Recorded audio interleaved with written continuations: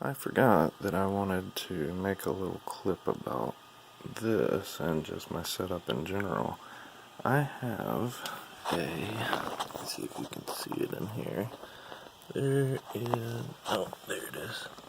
There's a little solid state drive right here that I got off of Amazon for like $27. And it was running on my system. You can see my system is empty right now. The only thing in here is the power supply. I have this run where I can't touch anything. There's a jumper wire there to make the power supply turn on. The power supply is giving power to the solid state hard drive, and then it's hooked up with a SATA cable to this connector on the front of my tower. Well, my tower has eSATA, so that cable is running down and into the eSATA on my laptop. So, the laptop will not boot with a solid state drive. It is an old piece of crap. It has to have a regular spin up drive in it, and I have to jump start it with this battery I made, and I charge it with those two wires with my little hobby charger. And once it's charged up, I put the battery in with the power cord plugged into this laptop.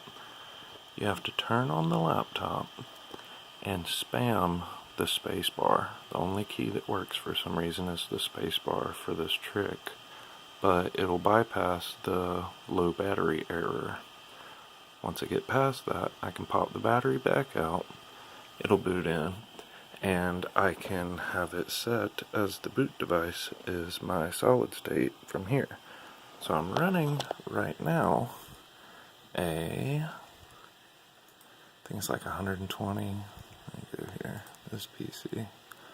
Yeah, my master is 120 gigabyte solid state, and then the master for the laptop shows up here where I can just copy files over. If I need to move the laptop, do something else with the laptop after I fix my computer, I'll still have copies of everything on the master here. And also, another little trick I just pulled, I was pretty much out of space on the solid state. So what I did was I went here to Steam, Steam Apps, Common, Grand Theft Auto, and then in this x64 folder, there's an audio folder at 16 gigabytes. But see, this is just a link. It's actually linked down to this drive under audio. So this is the 16 gigabytes of audio that Grand Theft Auto has. So it took 16 gigs off of my master, and now the game, when it looks through the directories, it thinks that this hard drive is a directory that's on the master. So it's streaming off the two drives at the same time to make that work. I have all of these things. My headset, keyboard, mouse is plugged in on the back. All of those things I had to hook up to get this thing the way I wanted it. And so many little tweaks and whatnot. I have to use this program for the CPU so that I can ramp the fan up to this almost 4,600 RPM to keep my temperatures down. But then if you lock the processor and disable turbo, it'll run 3.5 gigahertz, but turbo will run it up to 3 gigahertz, or you can see here 2,990. So I have to use this software and disable BD ProChut, whatever.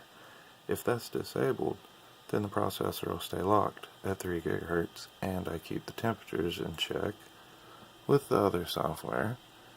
And then once I launch a game, I have to tweak a little bit sometimes. I've been staying stuck a little bit here because I'm still working on some other stuff. But yeah, I have to do a bunch of crap to make everything work. I mean, just this Deadpool here, I wanted to run it, and to be able to really mess with it, you have to go into, let me see, I think it was, no, it wasn't here. Where was it? Do we have it where I just did it last time? Yeah, Coalesce. Let's go here. Open file location.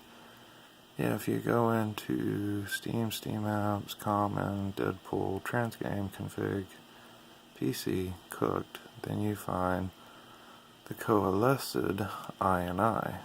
You have to take this program, run it, and then tell it that you want to decrypt by pressing D, and then it'll say input file name. You give it the name coalesced.ini, and then you tell it you want to make a coalesced txt.